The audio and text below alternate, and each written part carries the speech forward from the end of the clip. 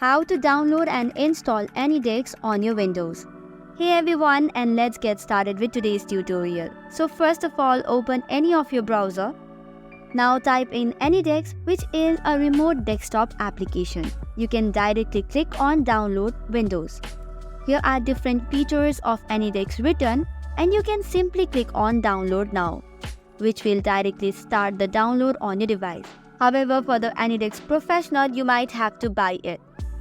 But for the free download, you just have to tap on download and then the download will start. Once the exe file has been downloaded, you just have to tap on it and it will open the portable application. However, if you want to install AnyDesk on your device itself, you will have to click on the second link, which is called as Install AnyDesk. From this page, you can select the installation path and you just have to click on Accept and Install. So this was it for today. For more such contents, do not forget to hit the like and subscribe button.